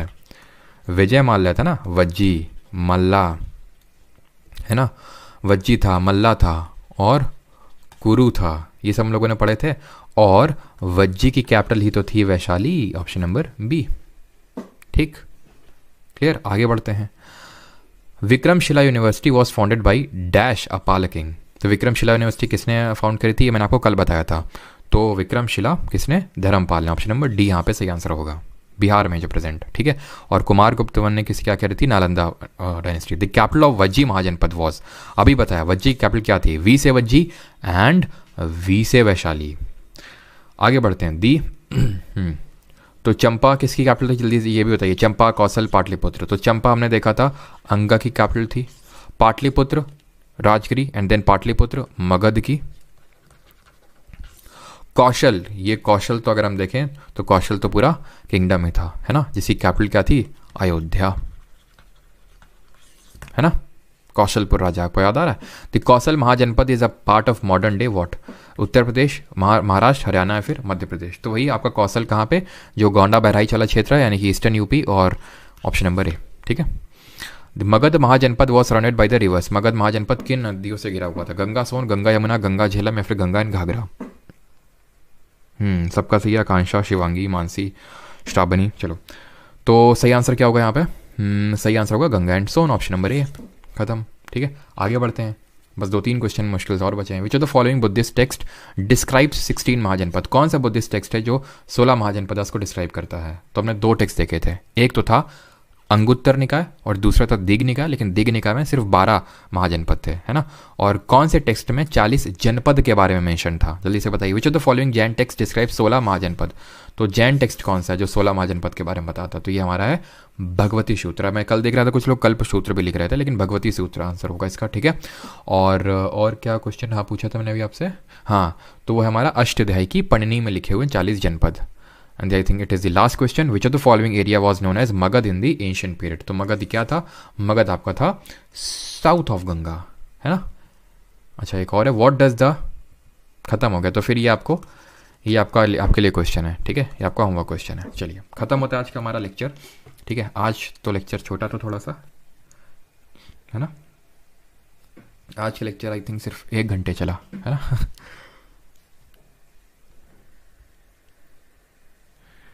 गंगा और बेटा, हाँ, सन नहीं वो सोन है। भगवती सूत्र सबका सही है। सर हिंदी के नोट्स अपलोड नहीं हुए हैं? हो गए हैं राजन जी, आप चेक करिए, हो गए हैं हिंदी के नोट्स अपलोड। अविष्टा चक्रवर्ती की भी सही है, रोशन सब चौसन राधा जो सबका सही है। ठीक है, तो हिंदी के नोट्स अपलोड हो चुके हैं। मुझे पता थोड़ा सा डिले हो जाता है, बस थोड़ा सा 3-4 दिन का और वेट करिए, टाइम पे आपको मिलने लगेंगे, है ना। बैच एनरोल कूपन कोड क्या है? कोई कूपन कोड नहीं, काफ़ी लोग भेजते रहते हैं कूपन कोड, तो कोई कूपन कोड नहीं है। और संडे को टेस्ट होगा आप लोगों का। ठीक है, संडे को मॉर्निंग में आपका टेस्ट होगा, एंड वैसे कभी भी दे सकते हैं उस टेस्ट को। ठीक है, जो लोग बैच में एनरोल्ड है, और जिन लोगों को बैच में एनरोल करना है मैं बता दूं। ठीक है, तो कुछ लोगों को तो ये लगता है जैसे मल्टीपल लॉगिन अलाउड है बिल्कुल ऐप में, but at the same time आप नहीं देख सकते। जैसे फॉर एग्जांपल अभी मैं आप पे देख रहा हूँ, ठीक है, तो मेरी आईडी का यूज़ करके कोई एट द सेम टाइम नहीं देख सकता है। हाँ, आप कितनी भी डिवाइसेस में लॉगिन कर लो, वो मैंने कर रखा है अपने साइट से, बट वो पॉसिबल ही नहीं है कि आप एट द सेम टाइम देख सको। ठीक है, तो वो थोड़ा सा आपको करना पड़ेगा, मैंने पहले ही बताया था। और SSC GK 2.0 करके बैच है, कोर्सेज सेक्शन में आपको मिल जाएगा। ठीक है, कोर्सेज सेक्शन में। और बाकी जो लोग डाउनलोड करते हैं एप्लीकेशन अच्छा लगता है तो रेटिंग वगैरह भी दे दिया करो थोड़ा। ठीक है, तो वहाँ पे आपको देखने को मिल जाएगा। बाकी टेलीग्राम ग्रुप भी ज्वाइन कर लेना। और सैटरडे को यानी कल सैटरडे को जो लोग बैच में हैं तो टेलीग्राम पे हम लोग का लाइव होगा। ठीक है, लाइव कल करने वाले हैं। टाइमिंग मैं आपको बता दूंगा, मोस्ट प्रोबेबली रात में होगा, है ना, अराउंड 9 PM के अराउंड। तो कल हम लोग लाइव रखने वाले हैं एक। ठीक है, जहाँ पे आपके जो डाउट्स हैं, जो मुझे जो चीज़ें बतानी है वो कल डिस्कस करेंगे वहाँ पे, है ना। और कुछ, हाँ, कोई नंबर पूछ रहा था सर, बैच फरवरी तक कितना ख़त्म हो जाएगा क्योंकि SSC GD है ना। अच्छा, विकल्प पाल फरवरी तक तो बहुत ज़्यादा तो नहीं हो पाएगा जनरली स्पीकिंग, है ना। कोशिश करूँगा कि मैं इसके बाद पॉलिटी अगर हो सके, क्योंकि SSC GD का एग्ज़ाम है और पॉलिटी एक इंपॉर्टेंट रोल प्ले करता है उसमें, तो नहीं होगा तो मैं पॉलिटी करवा दूँगा, है ना। इस चीज़ को मैं ध्यान में रखूँगा कि जितनी चीज़ें हो पाएँ वो मैं करवाने की कोशिश करूँगा। ठीक है, तो यहाँ पे एक नंबर है 6307286428। मैं फिर से बोल दूँ, ये मेरा नंबर नहीं है। काफ़ी लोग वैसे बोलते हैं सर ये जो आपने चीज़ बताई थी ये वो, तो ऐसे डाउट्स मत भेजा करें क्योंकि वो आंसर नहीं कर पाएंगे। ठीक है, क्योंकि वो ऐसा तो है नहीं, वो GK के टीचर है जिनका ये नंबर है। तो बस वो जो आपकी टेक्निकल जो चीज़ें होती हैं, फिर कुछ आपका डाउट है, वो बताने के लिए नंबर है। ठीक है, ओनली व्हाट्सएप। तो इस चीज़ का ध्यान रखा करिए। मतलब ये हर बार बताया जब भी मैंने नंबर दिया, बट फिर भी सब लोग यही, मतलब सब लोग तो नहीं, काफ़ी लोग ये चीज़ भेजते रहते हैं कि सर ये हमारा डाउट है, ये सारी चीज़ें। तो जो लोग बैच में एनरोल्ड हैं उनके डाउट रेजोल्यूशन का भी कुछ ना कुछ मैं करवाने वाला हूँ, चिंता न करिए।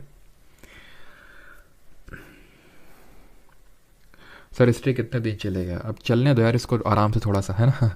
क्योंकि हिस्ट्री में वही है कि सारी चीज़ें लिंक्ड हैं आपस में, है ना। तो अभी एंशिएंट हिस्ट्री मुझे लगता है कि ज़्यादा से ज़्यादा 3 लेक्चर और लगेंगे, है ना। मौर्यन अशोका देखेंगे, गुप्तास पे एक लगेगा पूरा, और 1-2 लेक्चर, तो 3 से 4 लेक्चर और लगेंगे एंशिएंट हिस्ट्री। देन मेडाइवल में आएंगे, और मॉडर्न में तो एकदम हाईवे के तौर पे खींचेंगे हम लोग। ठीक है, क्योंकि बेटा मोए मत करना अब यहाँ पे ना। हाँ सर, इट इज़ धनानंदा और घनानंदा। घना नहीं है भाई, धनानंदा है, धनानंदा। जितना तो मैंने पढ़ा धनानंदा है। ठीक है, व्लादिमीर पिंटू जी, फिजिक्स बाकी मुझे पता है। अब ऐसा लग रहा है फिजिक्स ही पढ़ लेंगे, फिजिक्स पढ़ के अब आइंस्टाइन बन जाएंगे, ऐसा लग रहा है। या फिर कौन सा ऐसा एक पेपर अभी देने जा रहे हो 10-15 दिन बाद जिसमें पूरी फिजिक्स ही पूछी जाएगी? पीछे बड़े फिजिक्स फिजिक्स मतलब इतना सारा सब कुछ पड़ा हुआ है, उससे कोई लेना, फिजिक्स बची हुई है। अरे पता है फिजिक्स बची हुई, फिजिक्स भी होगी, चिंता क्यों कर रहे हो? अच्छा आदित्य नमन जी आप अंगा से हैं, अच्छा। हाँ Travis beat the heat, physics भूल गए, हाँ फिजिक्स भूल गए, और तुम फिजिक्स के पीछे पड़े हुए फिर है ना, फिजिक्स की पूंछ पकड़े हुए तुम।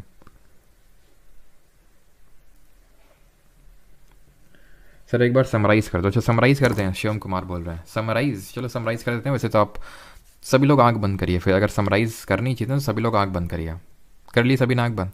तो सबसे पहले हमने ये सॉरी सॉरी, तो सबसे पहले हमने क्या चीज़ पढ़ी? सबसे पहले तो हमने शुरू से शुरू करते हैं, ठीक है। तो सबसे पहले हमने ये पढ़ा कि हमारे टोटल 16 महाजनपद हैं, जो कि मोस्टली नॉर्दर्न इंडिया में है, लेकिन ऐसा नहीं कि सिर्फ नॉर्दर्न इंडिया में है, लेकिन मेनली ज़्यादातर नॉर्दर्न इंडिया में। और 16 महाजनपद के बारे में किस टेक्स्ट में हमें मिलता है? तो हमें बुद्धिस्ट टेक्स्ट भी है और जैन टेक्स्ट भी है। बुद्धिस्ट टेक्स्ट अगर हम बात करें अंगुत्तर निकाय है और दीघनिकाय है, और जैन लिटरेचर की बात करें भगवती सूत्र है, और अष्टधाई का जो पन्नी है वो 40 जनपद के बारे में मेंशन करता है। फिर हमने 16 महाजनपद देखे, उनकी कैपिटल देखी, जैसे अंगा की चंपा, मगध, राजगीर, पाटलिपुत्र, काशी की वाराणसी, ठीक है।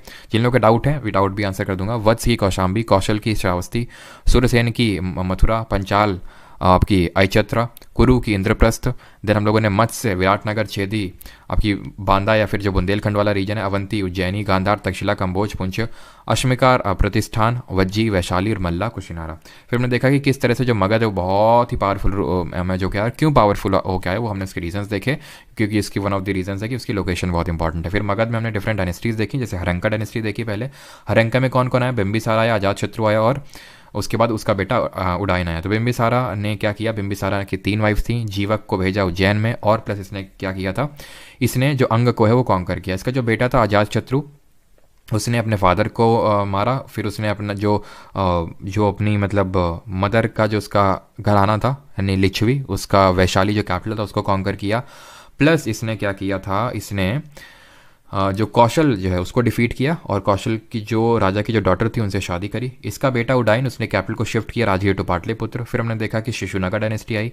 शिशुनगर ने क्या किया था? अवंती को डिफीट करने का काम किया था। काला शोका उसने पैटर्नाइज किया था सेकंड बुद्धिस्ट काउंसिल को। देन नंद वंश आया, महापद्मानंदा फाउंडर थे, धनानंदा उसका लास्ट रूलर था, जिसको कि मौर्य चंद्रगुप्त मौर्य ने हरा के मौर्य वंश की स्थापना करी। और धनानंदा के टाइम पर अलेक्जेंडर द ग्रेट का इन्वेजन हुआ इंडिया में, और महापद्मानंदा ने टाइटल लिया था एक रथ का। फिर हमने देखा कि वहाँ की सोसाइटी कैसी थी, तो NBPW northern black polished where, वहाँ की पॉटरी देखने को मिली, पंचमार्क सिल्वर कॉइन्स देखने को मिले, क्राफ्ट बहुत चलता था, हेरिडिटरी क्राफ्ट हुआ करता था, आयरन पॉशर्स थे, यानी कि बहुत ज़्यादा हमें एग्रीकल्चर सरप्लस देखने को मिला, जिसकी वजह से हमें अर्बनाइजेशन देखने को मिलता है। हड़प्पा के बाद अगर दूसरी बार अर्बनाइजेशन देखने को मिला, शहरीकरण, तो इसी में देखने को मिला, जो हमारा ये मिडिल गैंजेटिक बेसिन है वहाँ पे। यहाँ पे विलेज हेडमैन को भोजक या फिर ग्रामीणी या फिर ग्राम भोजक के नाम से जानते थे। यहाँ पे पेजेंट्स को 1/6 टैक्स देना पड़ता था अपने प्रोड्यूस का। क्षत्रिय ब्राह्मण्स को कोई टैक्स नहीं देना पड़ता था। बाली एक तरह की वॉलंटरी ऑफरिंग हुआ करती थी राजा को, लेकिन अब ये मैंडेटरी हो गई, अब देना ही देना पड़ेगा। और टैक्स कलेक्ट करने के लिए शुल्क अध्यक्ष या फिर शौल्किका हुआ करते थे। खत्म, ठीक है। अब बिहार SSC का कैसे करें सर? कैसे करें मतलब क्या, ऐसे ही करना है?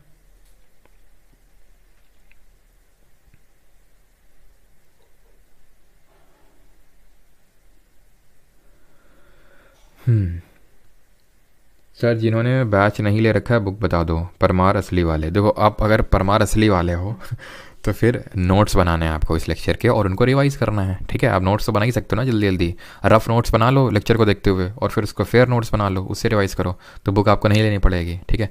बुक अगर आप चीज़ें करेंगे तो उसमें काफ़ी सारी चीज़ें आपको एक्स्ट्रा भी पढ़नी पड़ेंगी जो नीडेड नहीं है। अब कि अगर मैं SSC के ट्रेंड की बात करूँ, ठीक है, तो ऑलराइट, मज़ा आ गया। अच्छा मोए मोए हो गया Shantanu Singh. Sir batch share करने वाला कोई नहीं है। अरे ITO चौहान के साथ कौन बैच शेयर करना चाहता है भाई? देख लो, कपलिंग कर लो कोई। परमार सर का रसगुल्ला, सर टाइमिंग चेंज नहीं हो सकता है। अच्छे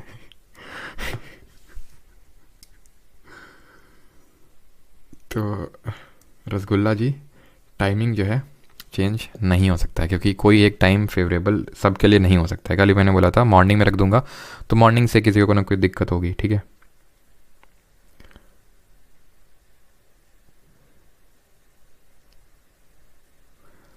सर घर का एड्रेस बता दो, मैं भी कानपुर से हूँ, मिल जाऊँगा। अच्छा, हमारा परमानेंट एड्रेस एक नहीं है, हम डिफरेंट लोकेशंस पे पाए जाते हैं। आज कानपुर में तो कल दिल्ली में, फिर परसों पता नहीं कहीं और। अपना सामान उठाते हैं, सामान से मेरा मतलब है जो पढ़ाने वाला, तो वो उठा के हम माइग्रेट करते रहते हैं, ठीक है, सत्य की खोज में।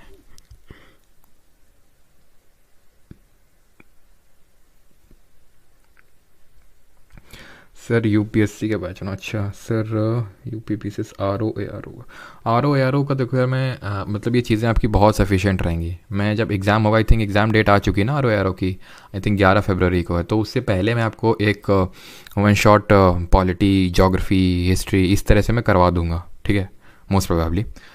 तो वो आप कर सकते हैं वहाँ से। बाकी तो ये जो चीज़ें हम कर रहे हैं उसमें भी हेल्पफुल रहेंगी। आप यूपी पीसीएस के पेपर उठा के देख सकते हैं, जो यहाँ पे हम चीज़ें कर रहे हैं वो मोस्टली आपको क्वेश्चन हो जाएंगे। मतलब आप ये समझ लीजिए कि अगर आप कोई यूपी पीसीएस का अलग से कहीं से बैच लेते हैं और उससे जितने आप क्वेश्चन बना पाएंगे, ठीक है, मान लेते हैं 100 क्वेश्चन में से आप, जो मैं आपको यहाँ पे पढ़ा रहा हूँ उससे पढ़ के आप 80 क्वेश्चन बना पाते हैं, तो वो जो अगर आप जो सिर्फ यूपी पीसीएस के लिए पढ़ेंगे और एकदम उतनी शिद्दत के साथ पढ़ेंगे, ज़्यादा से ज़्यादा आप, मैं बोल रहा हूँ आप 82, मतलब एक दो क्वेश्चन का, 2-3 क्वेश्चन का ही डिफरेंस आ सकता है बस। क्योंकि यूपी स्पेसिफिक जीके तो यूपी पीसीएस ने ऑलमोस्ट हटा ही दी है, ख़त्म ही कर दी है, ठीक है, तो उतना ज़्यादा डिफरेंस आएगा नहीं, ठीक है। तो आप एकदम शिद्दत के साथ इसको करिए, फिर हर एग्ज़ाम में बैठिए आराम से।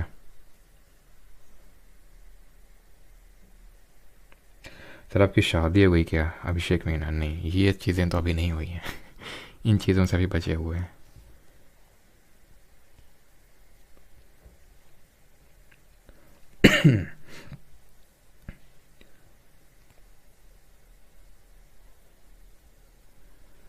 चलिए भाई, थैंक यू सभी को। बाकी मिलते हैं मंडे को, है ना, और संडे को मिलते हैं। संडे को 7 PM पे सभी लोग आ जाएंगे, बिकॉज हम लोग करंट अफेयर्स करेंगे नवंबर मंथ के। Thank you.